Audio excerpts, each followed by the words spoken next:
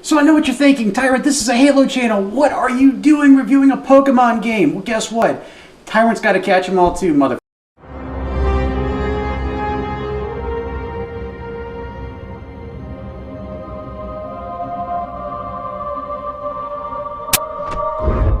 Pokemon Go Plus. So yes, it is true, I've done other Pokemon Go videos on this channel, but because I do not consider myself a Pokemon fan, I didn't really feel like I could review the game. I'm just not a Pokemon guy. I don't know the universe that well. True story, when I was in middle school, that's when Pokemon Blue and Red came out, and that is both the first and last time I actually played any Pokemon game ever until the arrival of Pokemon Go. So what makes this different? So first off, if you've been living under a rock over the last year, let me explain how this works. So Pokemon Go is an augmented reality game that uses your phone's GPS so that you can find Pokemon out in the real world and use your phone's camera to actually catch them. So how does that factor into augmented reality? So basically, when you come across a Pokemon in the real world, you have the option to click on it, and then your phone's camera activates. You can actually see the Pokemon on there, and you can actually try to catch it with one of 3 different types of Pokeballs: regular, Great Balls, and Ultra Balls.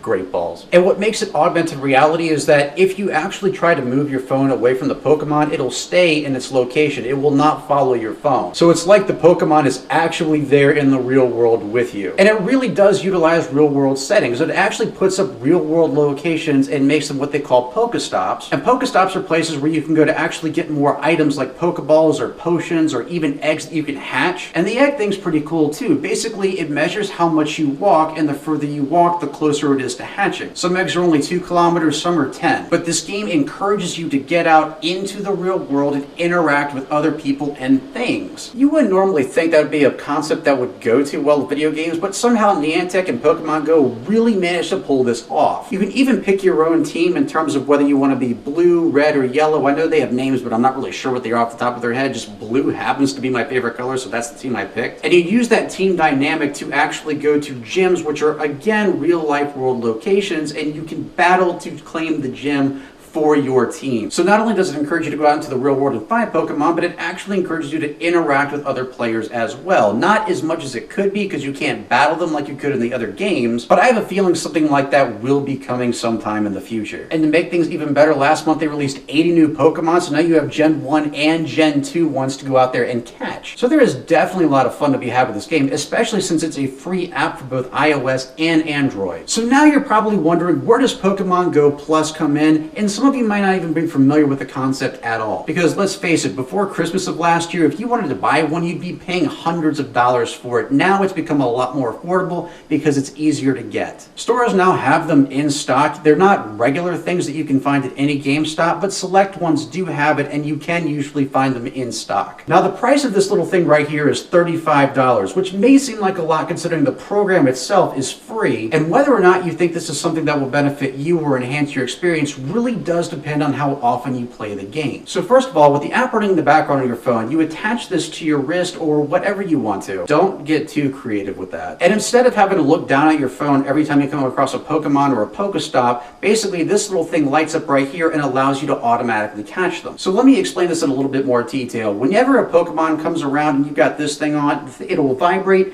and if it's a Pokemon that you've caught before, it'll be green. If it's one that you haven't seen before, it'll be yellow. And then all you have to do is push the little button right here, and it'll start flashing a white LED up to 3 times, which signifies the shakes of the Pokeball. If you caught the Pokemon, it'll flash a series of different colors. If the Pokemon fled, it'll start flashing red. Look, I'm a poet and I didn't even know it. The thing you do need to be careful of is that when you hit this button, it only throws 1 Pokeball. There's no fruit or anything involved, and it's just a regular Pokeball. It's not a Great Ball, and it's not an Ultra Ball. You can't choose which ball you throw. This one just automatically throws one for you, and you either catch the Pokemon or you don't. There are no second chances. On the bright side, my general experience with this is that my rate of capture seems to be much higher with this than actually going in and doing it manually. And the same applies with Pokestops. Basically, whenever you get close enough to one, this little LED right here lights up blue. Once you push it, once you get all the items, it'll flash multiple colors, and you know you've got the items. But here's where this truly shines. You no longer have to have your phone unlocked and the screen active with the program on top of it.